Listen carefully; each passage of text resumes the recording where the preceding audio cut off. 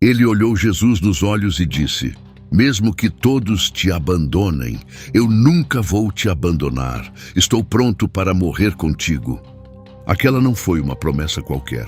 Aquele era um homem que tinha largado tudo, seu barco, suas redes, seu sustento, para seguir aquele Rabi de Nazaré. Um homem que tinha andado sobre a água. Um homem que foi o primeiro a dizer o que todos os outros tinham medo de acreditar: Tu és o Cristo, o Filho do Deus vivo. E em poucas horas, não dias, não semanas, horas, aquele mesmo homem olhou para uma criada ao lado de uma fogueira e disse: Eu não o conheço. 3 vezes. Ele negou Jesus 3 vezes. E então um galo cantou. E então Jesus se virou e olhou para ele. E o homem mais corajoso daquele lugar se tornou o homem mais destruído da história. Esta não é uma história sobre fraqueza. Esta é uma história sobre a distância entre quem você pensa que é e quem você realmente é. E o que acontece quando essa distância é exposta em uma única noite. Fique comigo, porque a história de Pedro não termina na fogueira, e a sua também não. Para entender o que aconteceu naquele pátio, você precisa entender quem Pedro era antes de conhecer Jesus. Porque o homem que negou Cristo não era um covarde, era o oposto. E é isso que torna esta história tão devastadora. O nome dele era Simão. Era um pescador de Betsaida, uma pequena cidade na margem norte do Mar da Galileia. Não tinha estudo, não era rico, não fazia parte de nenhuma elite religiosa. Trabalhava com as mãos, cheirava a peixe.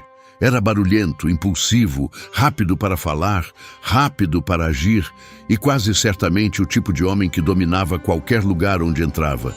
Não porque fosse o mais inteligente, mas porque era o mais intenso.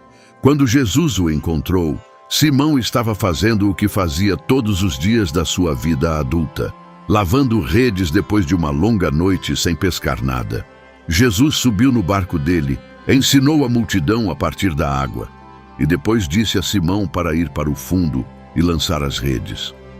A resposta de Simão diz tudo sobre ele. Mestre, nós trabalhamos a noite toda e não pescamos nada, mas porque o Senhor está dizendo, vou lançar as redes. Está aí, os 2 lados de Pedro em uma única frase. A primeira metade é o pragmático.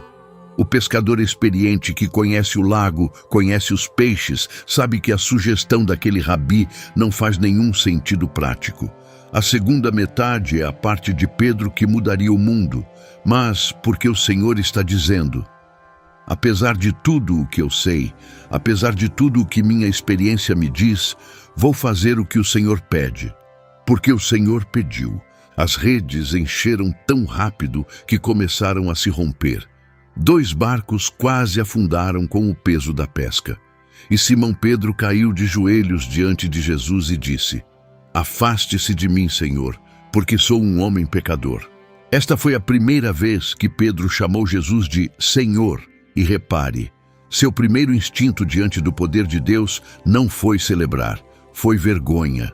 Ele imediatamente se sentiu indigno, imediatamente viu a distância entre quem Jesus era e quem ele era, e pediu a Jesus que fosse embora. Jesus não foi embora. Ele disse: Não tenha medo, de agora em diante você vai pescar pessoas. E Pedro largou tudo. O texto diz de forma simples: eles puxaram os barcos para a praia, largaram tudo e o seguiram. Tudo. Os barcos, as redes, o negócio, a renda, a segurança, a vida que conhecia. Pedro não negociou condições, não pediu um contrato, não disse deixa eu pensar. Ele se afastou da vida inteira com base em um único encontro. Lembre-se disso, porque o homem que largou tudo em um instante é o mesmo homem que negaria tudo em um instante. A maior força de Pedro e sua maior fraqueza eram a mesma coisa. Ele agia por impulso. Quando o impulso era fé, ele andava sobre a água. Quando o impulso era medo, ele afundava. E esse padrão Declaração ousada seguida de fracasso catastrófico, seguido de Jesus o levantando de novo, definiria toda a jornada de Pedro. Todas as vezes. O exemplo mais dramático antes da negação aconteceu no Mar da Galileia, no meio da noite. Os discípulos estavam em um barco.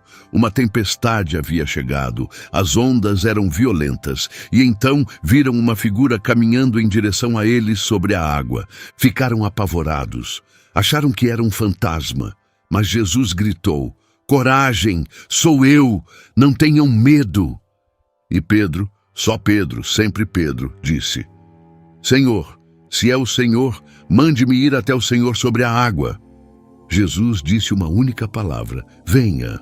E Pedro saiu do barco, pisou na superfície de um mar agitado pela tempestade e caminhou em direção a Jesus. Nenhum outro discípulo se mexeu. Nenhum outro discípulo sequer perguntou. 11 homens ficaram sentados no barco, agarrados nas bordas. Um homem saiu. Esse é Pedro, o homem que faz o que ninguém mais faz, o homem que pula antes de olhar, o homem cuja fé é tão imprudente, tão impulsiva, tão absurdamente ousada que ou produz milagres ou desastres, e às vezes os dois no mesmo minuto. Porque então Pedro olhou para as ondas, sentiu o vento e afundou. "Senhor, me salva!" ele gritou. E Jesus imediatamente estendeu a mão e o segurou. "Homem de pouca fé, por que você duvidou?" Aqui está o que a maioria das pessoas não percebe nessa história. Sim, Pedro afundou. Sim, a fé dele vacilou. Mas Pedro andou sobre a água. Mesmo que tenha sido por apenas alguns passos, ele fez algo que nenhum outro ser humano na história jamais fez. Ele saiu do barco. Os 11 que ficaram secos também ficaram seguros, mas nunca andaram sobre a água. Pedro se molhou. Pedro falhou. Mas Pedro viveu algo que aqueles que ficaram na segurança nunca vão viver. E esta é a pergunta que você precisa se fazer. Você está no barco ou na água? Você está assistindo da segurança, criticando as pessoas que saem e afundam? Ou você é aquele que prefere fracassar de forma espetacular nas ondas do que ter sucesso em silêncio dentro do barco? O próximo momento decisivo aconteceu em Cesareia de Filipe. Jesus fez aos discípulos a pergunta mais importante que já faria a alguém: "Quem vocês dizem que eu sou?" Silêncio. Os outros discípulos hesitaram, olharam uns para os outros. Ninguém queria ser o primeiro. Pedro não hesitou. "Tu és o Cristo, o Filho do Deus vivo." A resposta de Jesus foi extraordinária. "Bem-aventurado és tu, Simão, filho de Jonas, porque não foi carne nem sangue que te revelou isso, mas o meu Pai que está nos céus. E eu te digo que tu és Pedro, e sobre esta rocha edificarei a minha igreja, e as portas do inferno não vão prevalecer contra ela." Este é o maior elogio que Jesus já fez a um ser humano. Você é a rocha. Vou construir toda a minha igreja sobre você. As portas do próprio inferno não vão vencer o que estou construindo através de você. Nesse momento, Pedro alcançou o ponto mais alto, o ponto mais elevado que qualquer discípulo jamais alcançaria. E então, literalmente no parágrafo seguinte, na mesma conversa, no mesmo dia, Jesus começou a dizer aos discípulos que precisava ir a Jerusalém, sofrer e ser morto. E Pedro puxou Jesus de lado e o repreendeu. "De jeito nenhum, Senhor, isso nunca vai acontecer contigo." Jesus se virou e disse a Pedro as palavras mais devastadoras que já disse a um seguidor: "Para trás de mim, Satanás, você é uma pedra de tropeço para mim. Você não pensa nas coisas de Deus, mas nas coisas dos homens. De você é a rocha para trás de mim, Satanás, em 5 minutos. Do maior elogio à repreensão mais dura em uma única conversa. Esse é Pedro. Esse é o homem. A mesma boca que produziu a maior confissão de fé da história humana produziu uma fala tão errada que Jesus a identificou como satânica. E aqui está o espelho. Quantos de nós temos essa mesma distância? Quantos de nós conseguem adorar a Deus com absoluta sinceridade no domingo de manhã e dizer algo à tarde que contradiz tudo o que acabamos de cantar? Quantos de nós têm momentos de percepção espiritual profunda e genuína, seguidos quase imediatamente por momentos de cegueira espiritual impressionante? Isso não é hipocrisia. Hipocrisia é fingir. Pedro não estava fingindo. Ele quis dizer as duas coisas. Ele quis dizer, tu és o Cristo, e quis dizer, isso nunca vai acontecer contigo. Ele foi completamente sincero nas duas vezes. E é isso que torna tudo tão assustador, porque significa que sinceridade não é suficiente. Você pode ser totalmente sincero e totalmente errado ao mesmo tempo. Agora chegamos à noite que mudou tudo. A última ceia, a refeição final. Jesus e seus 12 discípulos em um quarto no andar de cima em Jerusalém, horas antes da prisão. Mas antes que o pão fosse partido, antes que o vinho fosse servido, antes que Jesus dissesse uma única palavra sobre traição, ele fez algo que ninguém naquela sala esperava. Levantou-se da mesa, tirou a veste de cima, enrolou uma toalha na cintura, colocou água em uma bacia e começou a lavar os pés dos discípulos. Naquela cultura, lavar os pés era a tarefa mais baixa da casa. Era o trabalho reservado ao servo mais inferior, nem mesmo a um servo judeu, mas a um escravo gentil. Os pés ficavam imundos. As estradas eram de terra, esterco e poeira. Lavar os pés de alguém significava se ajoelhar diante da pessoa, segurar a sujeira dela nas suas mãos, limpar o que todos os outros se recusavam a tocar. Nenhum rabi jamais faria isso, nenhum mestre, nenhum líder, e certamente não o Messias. Quando Jesus chegou a Pedro, Pedro reagiu exatamente do jeito que sempre reagia, com uma reação exagerada total, impulsiva e sincera. Senhor, o Senhor vai lavar os meus pés? Jesus disse, você não entende agora o que estou fazendo, mas depois vai entender. Pedro disse, não, o Senhor nunca vai lavar os meus pés. Nunca. Lá está de novo. A mesma palavra que Pedro sempre usava. Eu nunca vou te negar. O Senhor nunca vai lavar os meus pés. Pedro lidava com absolutos. Estava sempre totalmente dentro ou totalmente fora. E nesse momento estava totalmente fora, recusando deixar Jesus servi-lo porque parecia errado. Parecia ao contrário. O mestre não deveria se ajoelhar diante do servo. O rei não deveria segurar a bacia. Mas Jesus olhou para ele e disse, se eu não te lavar, você não tem parte comigo. Se eu não te lavar, se você não me deixar te servir, se você não aceitar que o meu amor desce, não sobe, se você parar de tentar ser forte o suficiente e me deixar tocar a parte mais suja de você. E Pedro, o lindo, absurdo Pedro do tudo ou nada, foi para o extremo oposto. Então, Senhor, não só os meus pés, mas também as mãos e a cabeça. De nunca para tudo em 2 segundos. Esse é Pedro na sua forma mais pura. Ele não conseguia fazer nada pela metade. Não conseguia aceitar a lavagem dos pés em silêncio como João ou Tiago. Tinha que recusar completamente e depois exigir completamente, porque o coração de Pedro só tinha 2 configurações, desligado e no máximo.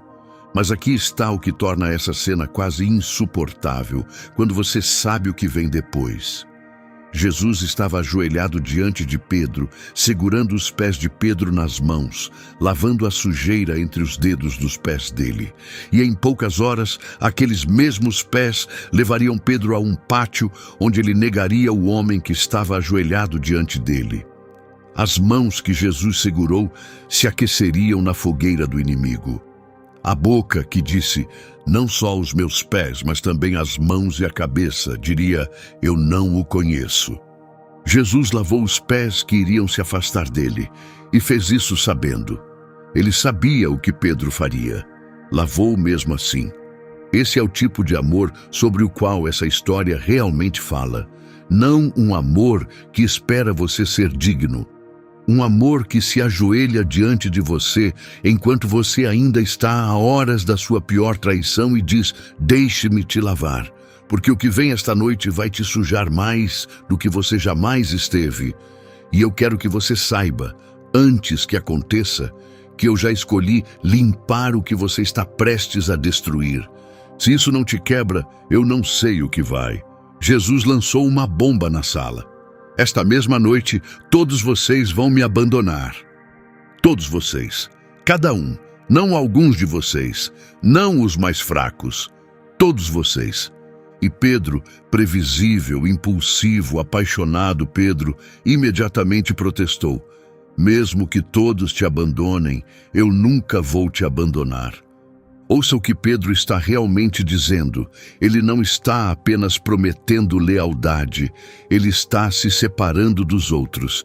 Mesmo que todos falhem, eu não vou. Eu sou diferente, eu sou mais forte, eu sou mais comprometido.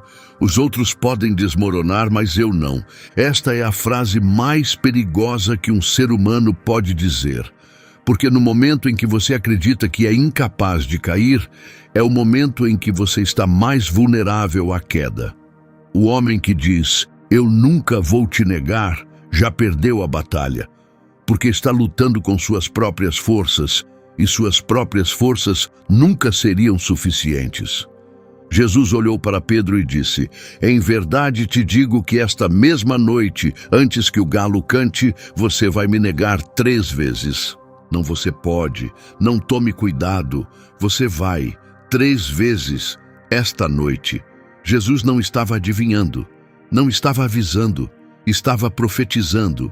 Ele conhecia Pedro melhor do que Pedro conhecia a si mesmo.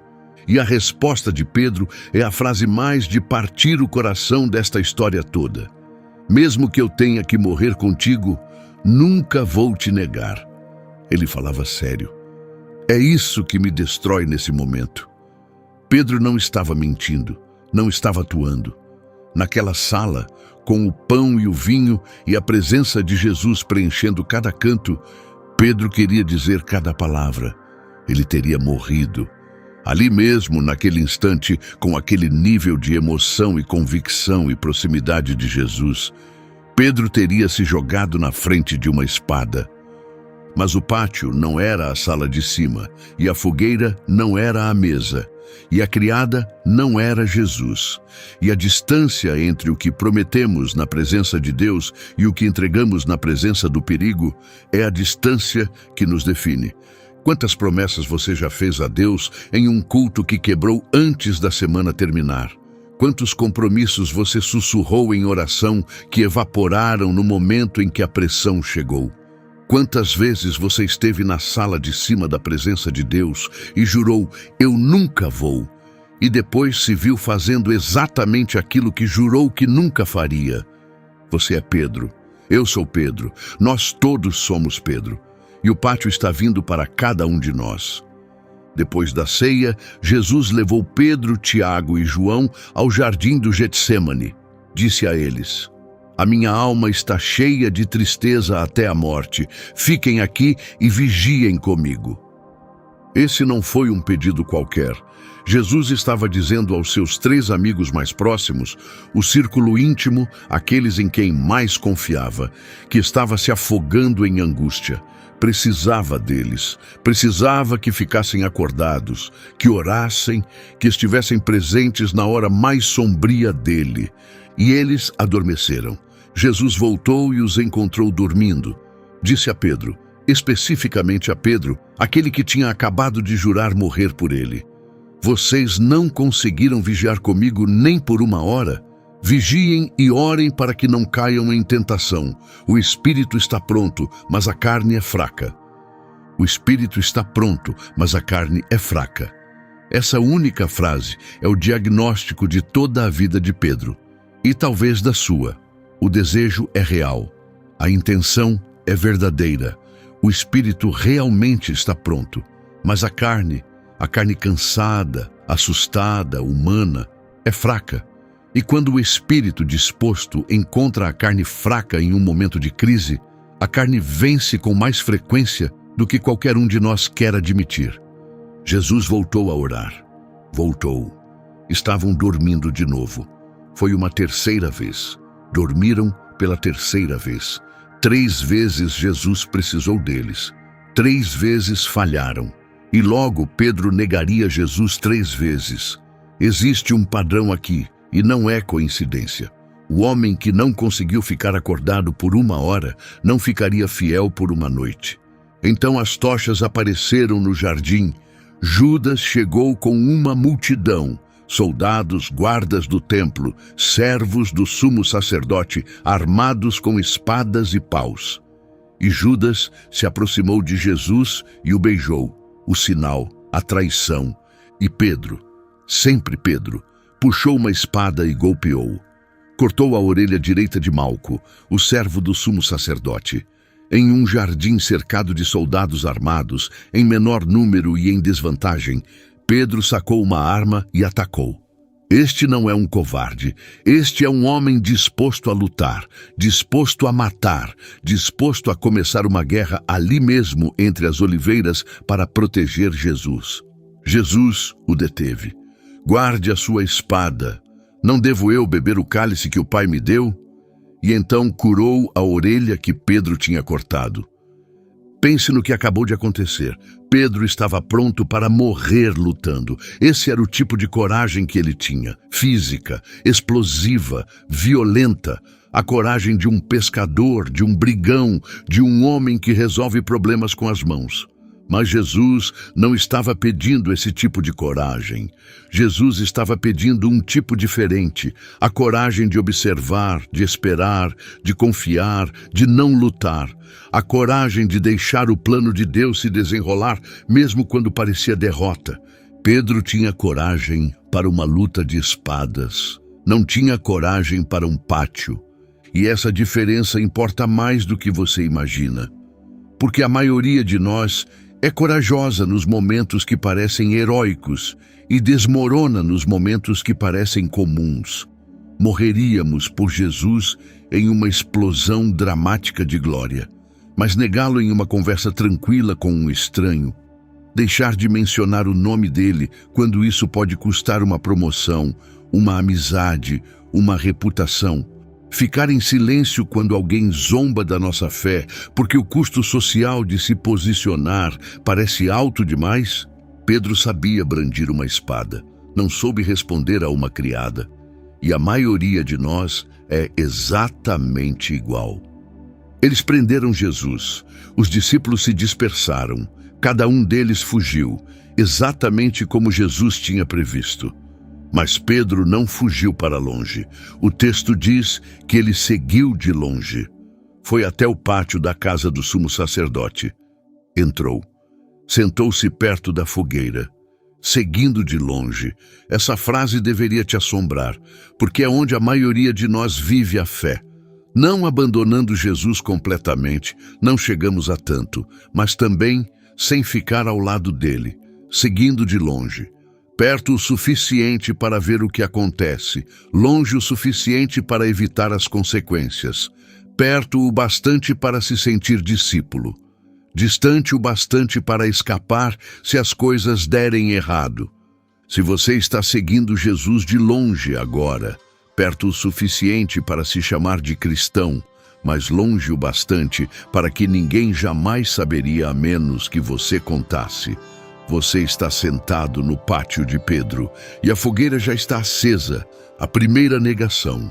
Uma criada, não um soldado, não um sacerdote, não uma autoridade romana, uma criada, olhou para Pedro à luz da fogueira e disse: "Este homem estava com ele." E Pedro disse: "Mulher, eu não o conheço." A primeira pedra, uma menina, uma ninguém, alguém sem nenhum poder, nenhuma autoridade, nenhuma capacidade de machucá-lo. E Pedro desmoronou. Não sob o peso de um interrogatório romano, não diante de uma execução. Uma criada reconheceu o rosto dele perto de uma fogueira, e o homem que tinha jurado morrer disse: "Eu não o conheço." A segunda negação. Pouco depois, outra pessoa o viu e disse: "Você também é um deles." Pedro respondeu: "Não, eu não sou." Mais curta desta vez, mais enfática. A mentira estava ficando mais fácil. É assim que a negação funciona. A primeira vez é a mais difícil. Na primeira vez, sua voz treme, sua consciência grita. Cada célula do seu corpo sabe que você está traindo algo sagrado. Mas na segunda vez é mais suave. As palavras saem mais rápido. A vergonha diminui. O muro entre quem você é e quem você está fingindo ser fica mais espesso. A terceira negação. Cerca de 1 hora depois, 60 minutos de Pedro sentado junto àquela fogueira, se aquecendo ao lado dos inimigos do homem que ele amava, outra pessoa insistiu: "Com certeza este homem estava com ele, pois é Galileu." E Pedro disse: "Homem, eu não sei do que você está falando." O Evangelho de Marcos acrescenta que Pedro começou a se amaldiçoar e a jurar.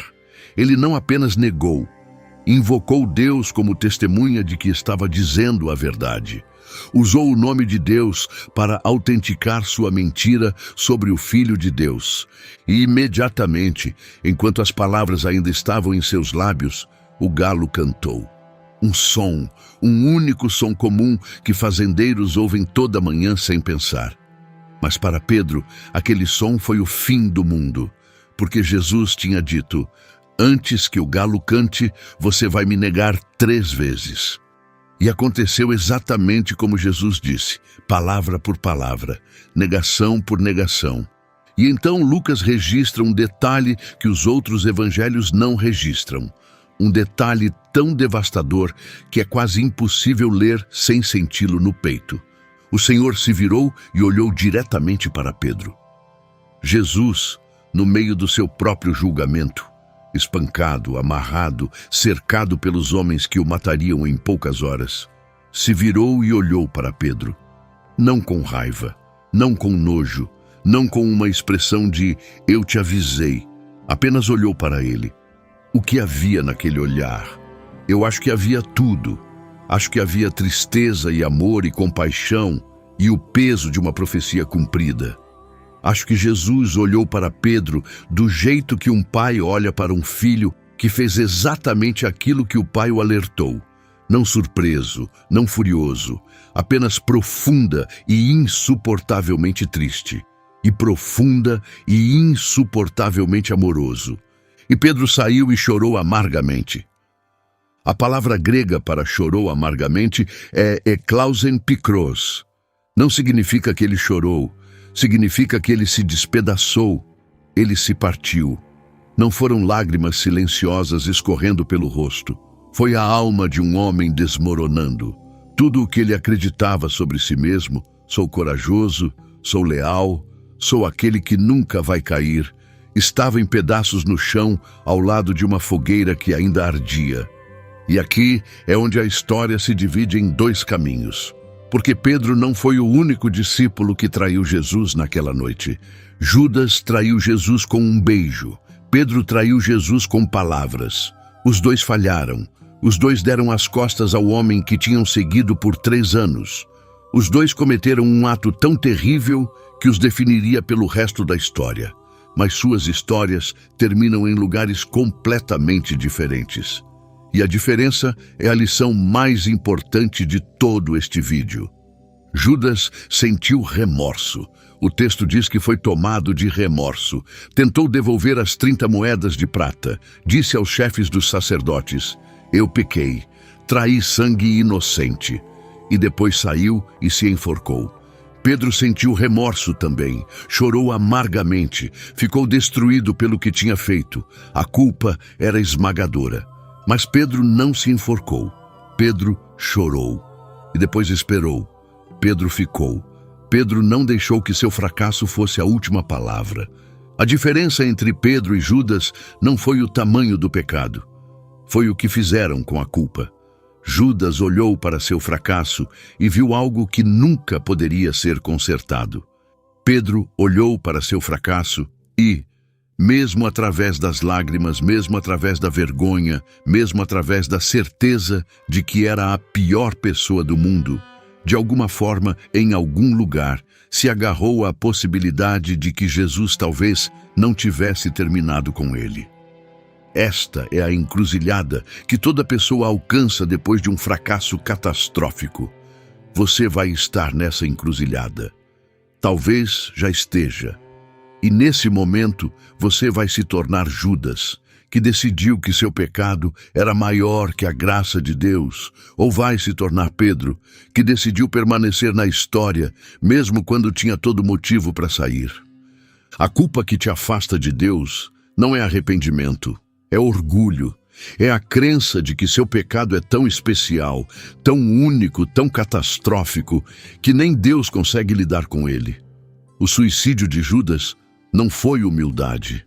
Foi o ato final de um homem que confiou mais no próprio julgamento do que na misericórdia de Deus. Ele decidiu o veredito antes que o juiz pudesse falar.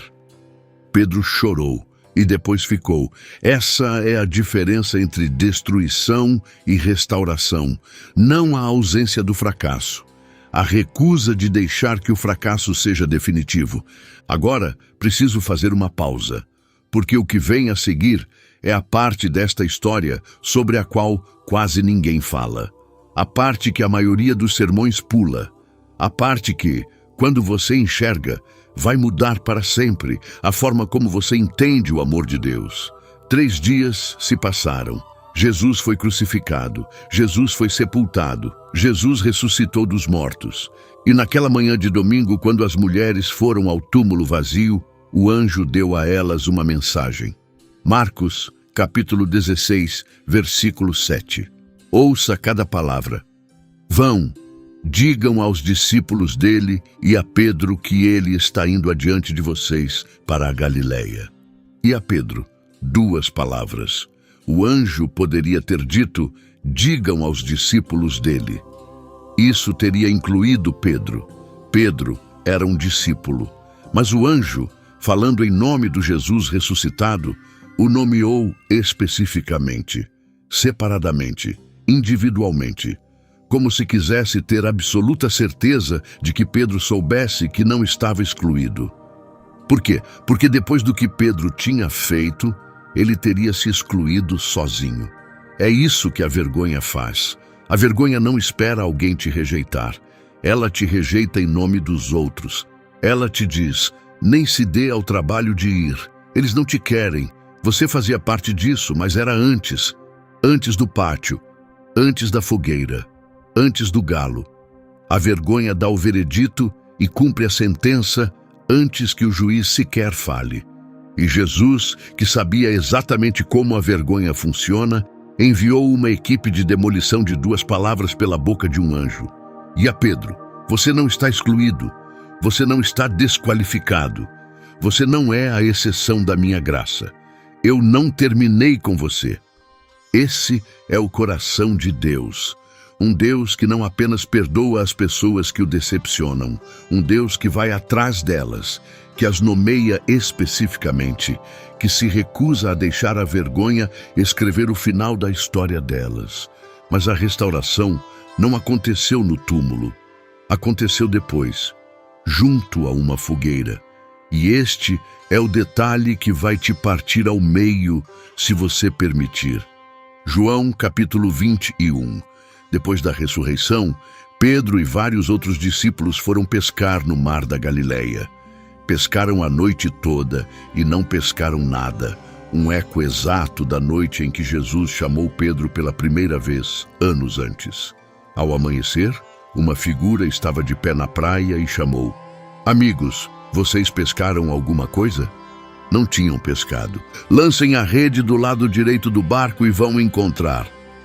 Lançaram, e a rede encheu de tantos peixes que não conseguiam puxá-la. E João, o discípulo que Jesus amava, olhou para a figura na praia e disse: É o Senhor. No momento em que Pedro ouviu essas palavras, ele fez algo tão perfeitamente, lindamente e absurdamente Pedro, que quase te faz rir no meio das lágrimas. Vestiu a roupa de cima, porque estava sem ela para trabalhar, e pulou no mar. Não esperou o barco chegar à praia, não calculou a distância. Ouviu, é o Senhor, e se jogou na água e nadou. Este é o homem que uma vez afundou no mesmo mar, porque olhou para as ondas em vez de olhar para Jesus. Desta vez, nada ia pará-lo. Nem ondas, nem distância, nem vergonha, nem a lembrança de 3 negações. Pedro pulou na água e nadou em direção a Jesus, porque estar perto de Jesus, mesmo como alguém que falhou, mesmo como o homem que o tinha negado, era melhor do que estar longe de Jesus na segurança de um barco. E esse impulso imprudente, desesperado, que desafia a vergonha de correr em direção a Jesus em vez de fugir dele, é a diferença entre Pedro e Judas. É a diferença entre restauração e destruição. É a diferença entre uma vida que termina no pátio e uma vida que recomeça na praia. Agora ouça com atenção, porque o que aconteceu naquela praia é uma das cenas mais deliberadamente construídas de toda a Escritura. E o detalhe que a maioria das pessoas não percebe é o detalhe que muda tudo. Quando os discípulos chegaram à praia, encontraram algo esperando por eles. João, capítulo 21, versículo 9. Quando desembarcaram, viram ali uma fogueira de brasas com peixe em cima e pão. Uma fogueira de brasas. Em grego a palavra é antráquia, uma fogueira de carvão. Essa palavra, antráquia, aparece exatamente 2 vezes em todo o Novo Testamento. A primeira vez é em João, capítulo 18, versículo 18. A noite da prisão, o pátio do sumo sacerdote. Estava frio e os servos e guardas estavam em volta de uma fogueira de brasas que tinham feito para se aquecer. Pedro também estava com eles, se aquecendo. Uma fogueira de brasas no pátio onde Pedro negou Jesus 3 vezes. E uma fogueira de brasas na praia onde Jesus estava prestes a restaurá-lo. Isso não foi coincidência. Jesus, o Senhor ressuscitado, aquele que havia vencido a própria morte, escolheu preparar o café da manhã sobre uma fogueira de brasas. Ele recriou deliberadamente a mesma experiência sensorial do pior momento de Pedro. O mesmo tipo de fogo, o mesmo cheiro de carvão queimando, a mesma luz do amanhecer, o mesmo calor no rosto. Jesus trouxe Pedro de volta à cena do seu fracasso, não para puni-lo, não para lembrá-lo da vergonha, mas para reescrever a memória, para pegar o lugar onde Pedro se quebrou e transformá-lo no lugar onde Pedro foi restaurado, para substituir a pior noite da vida dele pela melhor manhã da vida dele. Deus não te cura te ajudando a esquecer seus fracassos. Ele te cura encontrando você dentro deles. Ele te leva de volta à fogueira de brasas, ao lugar exato onde você desmoronou, e se senta ali com você, e te reconstrói no mesmo lugar onde você foi destruído. Qual é a sua fogueira de brasas? Qual é o lugar na sua memória que você não consegue visitar sem sentir a vergonha voltando como uma onda? A conversa que você repete à noite. A decisão que você daria tudo para desfazer. O momento em que você olhou para Jesus e disse, eu não o conheço. Não com palavras, talvez, mas com seu silêncio, suas escolhas, sua covardia, suas concessões. Jesus está de pé junto àquela fogueira agora mesmo. E não está ali com uma bronca. Está ali com o café da manhã pronto. Então, Jesus fez uma pergunta a Pedro, e a forma como fez é tão precisa, tão cirúrgica, tão profundamente intencional que você precisa entender o grego original para ver o que realmente está acontecendo. Simão, filho de João, você me ama mais do que estes? Ele o chamou de Simão, não de Pedro, não de a rocha, Simão, o nome antigo, o nome de antes de Jesus renomeá-lo. Como se dissesse, vamos recomeçar, vamos voltar ao início. antes da rocha, antes da igreja, antes das promessas, antes dos fracassos. Quem é você, Simão? Você me ama? E o grego é devastador. Jesus usou a palavra agapau, a forma mais elevada de amor. Amor incondicional, sacrificial, absoluto. Você me ama com ágape, Simão? Você me ama com o tipo de amor que prometeu na sala de cima? A resposta de Pedro: sim, Senhor, o Senhor sabe que eu te amo. Mas Pedro não usou a mesma palavra. Pedro usou filéu, amor fraternal, afeição, amizade, uma palavra menor. Pedro, o homem que uma vez afirmou que morreria por Jesus, não conseguia mais usar a palavra para amor incondicional. Ele tinha aprendido algo sobre si mesmo no pátio. Descobriu que seu ágape, seu amor ousado, sacrificial de morrer por você, desmoronou ao som da voz de uma criada.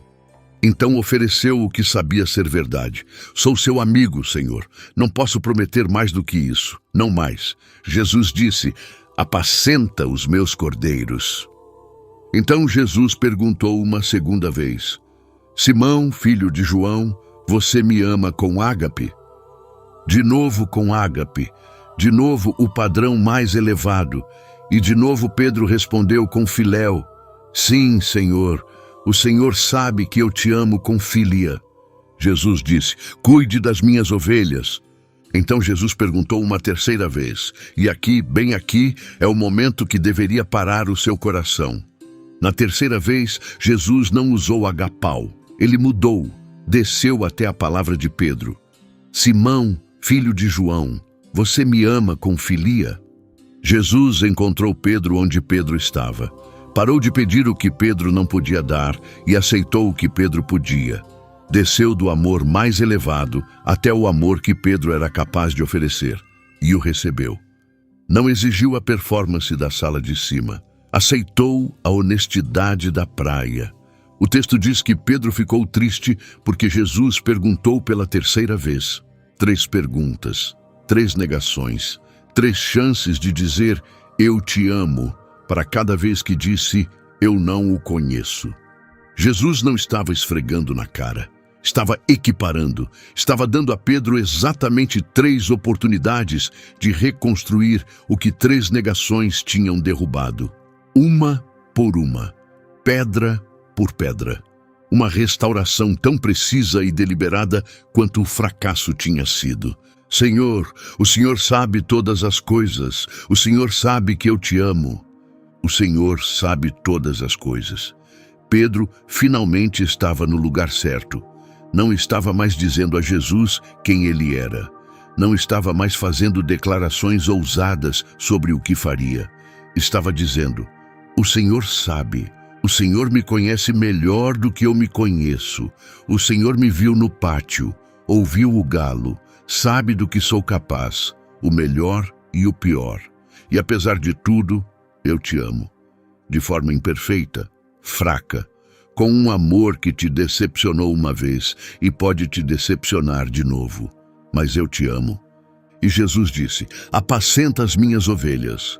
3 negações, 3 restaurações, 3 declarações de missão. Apacenta os meus cordeiros, cuide das minhas ovelhas, apacenta as minhas ovelhas. Jesus não apenas perdoou Pedro, ele o recomissionou, colocou-o de volta na missão. Olhou para o homem que tinha falhado de forma mais pública do que qualquer discípulo na história e disse: eu ainda quero você, eu ainda escolho você, eu ainda confio em você com o meu povo. Isso é graça, não apenas perdão, promoção.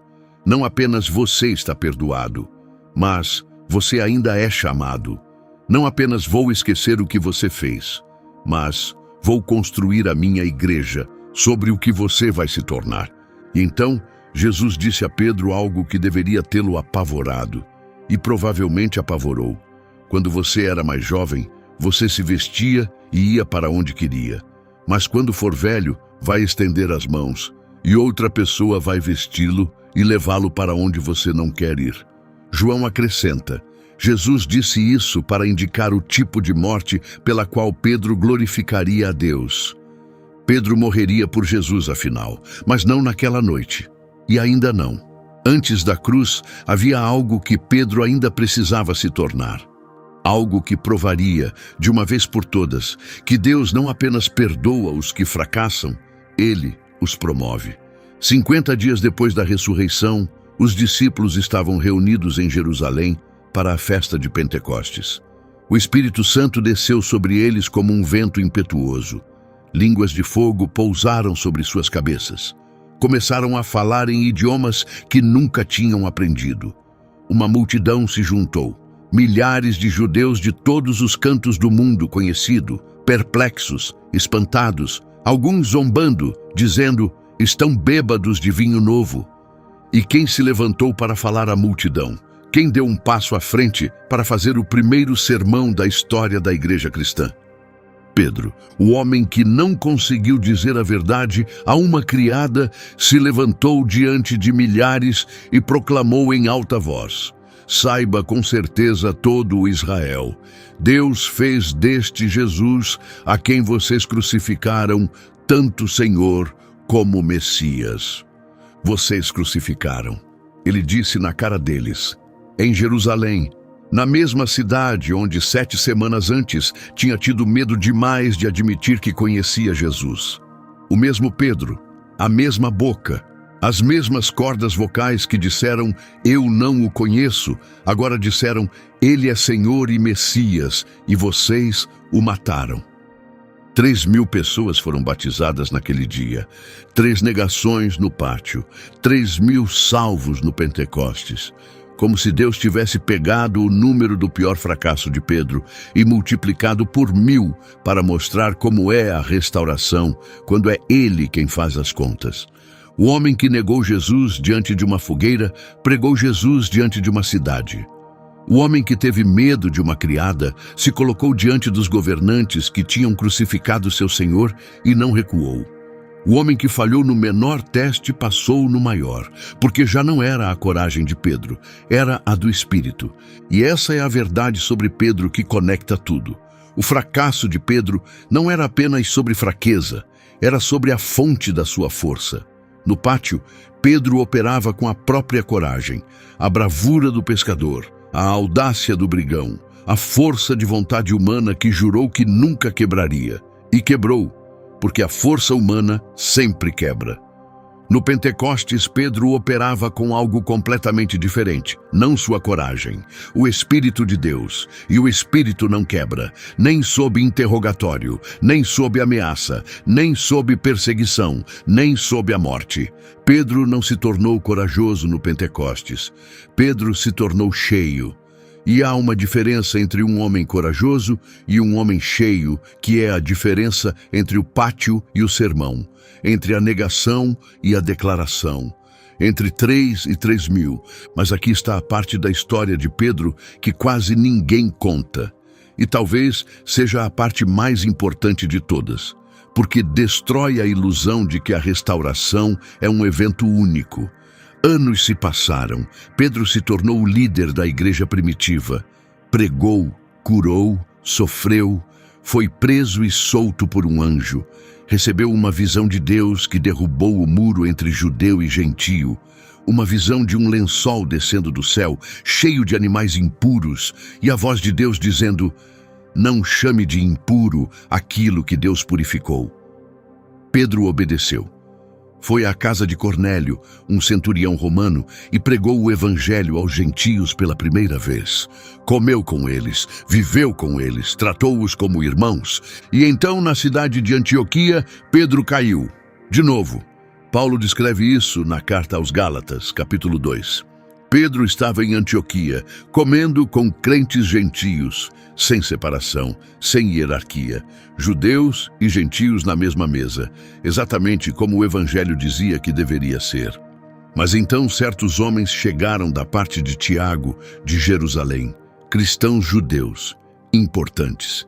E quando apareceram, Pedro recuou, parou de comer com os gentios, separou-se, voltou para a mesa judaica. As palavras de Paulo são diretas. Ele teve medo dos que eram do grupo da circuncisão. Medo, a mesma palavra que definiu o pátio, o mesmo impulso, o mesmo padrão. Pedro não estava negando Jesus desta vez, estava negando o evangelho da graça. A verdade de que não há judeu nem gentio, não há puro nem impuro, não há primeira classe nem segunda classe no reino de Deus. E estava negando por razão igual a que o levou a negar Jesus no pátio, porque as pessoas ao redor o faziam ter medo do que custaria ficar onde sabia que deveria ficar. Paulo o confrontou publicamente. Se você, sendo judeu, vive como os gentios, como pode obrigar os gentios a viver como judeus? Pedro, a rocha. Pedro, o restaurado. Pedro, o homem do Pentecostes, flagrado fazendo exatamente a mesma coisa que fez na fogueira de brasas, abandonando suas convicções sob pressão social. Isso deveria te inquietar e deveria te confortar. Deveria te inquietar porque prova que um encontro com Jesus na praia não te torna imune a cair. A fogueira de brasas não curou Pedro do medo. As 3 perguntas não removeram o padrão. O Pentecostes não apagou o instinto do pescador de jogar seguro quando pessoas poderosas estavam observando. Pedro caiu depois da restauração. Pedro caiu depois do enchimento do Espírito. Pedro caiu depois de 3.000 convertidos e uma carreira de milagres. E deveria te confortar, porque significa que, se você foi restaurado por Deus e depois caiu de novo, se voltou à fogueira e depois se viu de volta no pátio, você não é alguém excepcionalmente quebrado. Você é Pedro, o maior apóstolo que já viveu, tinha o mesmo problema que você tem. O homem sobre quem Jesus construiu sua igreja ainda era capaz, anos depois, de fazer a mesma coisa que o havia destruído. Mas repare no que Pedro não fez em Antioquia. Não se defendeu, não deu desculpas, não disse, os homens de Tiago me obrigaram. Recebeu a repreensão, aceitou a correção, levantou-se de novo. A vida de Pedro não foi uma linha reta do fracasso à perfeição, foi um zigue-zague. Cair, levantar, negar, chorar, ser restaurado, cair de novo, levantar de novo, e de novo, e de novo. Até que o padrão não era que ele parou de cair, o padrão era que ele nunca parou de se levantar. Essa é a mensagem. Não que você vai chegar a um ponto onde nunca mais vai falhar. Não vai. Não que a restauração te torna invencível. Não torna. Mas que a direção importa mais do que o tropeço, que se levantar importa mais do que não cair, que a paciência de Deus com o seu padrão é maior do que o seu padrão. A tradição nos conta que Pedro foi crucificado em Roma sob o imperador Nero, cerca de 30 anos depois da negação. E quando vieram executá-lo, Pedro pediu para ser crucificado de cabeça para baixo, porque não se considerava digno de morrer da mesma forma que seu Senhor. O homem que negou Jesus 3 vezes morreu de cabeça para baixo numa cruz, em vez de negá-lo uma 4ª vez. A promessa que fez na sala de cima, vou morrer por ti, se cumpriu afinal. Não no tempo de Pedro, não na força de Pedro, mas se cumpriu. Porque Deus não desperdiça suas promessas, Ele apenas as cumpre no calendário dele, não no seu. Esse é o arco da vida de Pedro, de um barco de pesca até a sala de cima, da sala de cima ao pátio, do pátio à fogueira de brasas, da fogueira de brasas ao Pentecostes, do Pentecostes a uma cruz de cabeça para baixo em Roma. É a história de redenção mais completa da Bíblia. Não porque Pedro foi perfeito, mas porque Pedro sempre voltou. Ele sempre pulava na água, sempre nadava em direção a Jesus, mesmo quando a vergonha lhe dizia para nadar para o outro lado. Agora deixe-me mostrar por que a história de Pedro importa mais do que você pensa. Porque existe um paralelo aqui que conecta tudo o que falamos. Saul falhou e deu desculpas. Disse, os soldados fizeram isso. Disse, me senti obrigado. Protegeu sua reputação e morreu de cara no chão em um campo de batalha, rejeitado por Deus. Davi falhou, de forma pior que Saul por qualquer medida humana, e caiu de rosto no chão. Disse: pequei contra o Senhor. Escreveu o Salmo 51. Perdeu o trono da sua imagem para manter o trono do seu coração. E é chamado de homem segundo o coração de Deus. Judas falhou e decidiu que seu pecado era definitivo. Devolveu o dinheiro, admitiu a culpa, mas não conseguiu imaginar um mundo onde a graça fosse maior que sua traição, e se enforcou. Pedro falhou, publicamente, humilhantemente, completamente, e chorou amargamente. Mas não fugiu, não se escondeu, não decidiu que a história tinha acabado. Pulou na água e nadou em direção à mesma pessoa que tinha traído. 4 homens, 4 fracassos. 2 terminaram em destruição, 2 terminaram em restauração. E a linha divisória nunca foi o tamanho do pecado. Foi sempre a direção da resposta. Para longe de Deus ou em direção a Deus. Desculpas ou honestidade. Autoproteção ou rendição. O pátio ou a praia. Para que direção você está se movendo agora? Alguns de vocês estão no pátio. Estão sentados junto a uma fogueira que queima a consciência de vocês e fingindo que está tudo bem. Estão negando coisas que sabem ser verdadeiras sobre Deus, sobre vocês mesmos, sobre o que Ele pediu que fizessem. Porque o custo de reconhecer parece alto demais. A criada fez sua pergunta e vocês estão calculando a resposta com base em quem está ouvindo. Se esse é você, me ouça. O galo vai cantar. Sempre canta. Você não pode manter a mentira para sempre. E quando o som chegar, quando o momento da exposição chegar, você terá uma escolha. Pode se tornar Judas, que decidiu que o fracasso era permanente.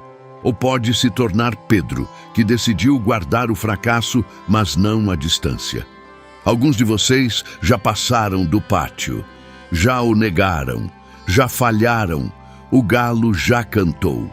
E vocês estão sentados nos escombros desde então, convencidos de que o que fizeram foi demais, que a distância é grande demais, que Deus pode perdoar os fracassos de outras pessoas, mas o de vocês é diferente.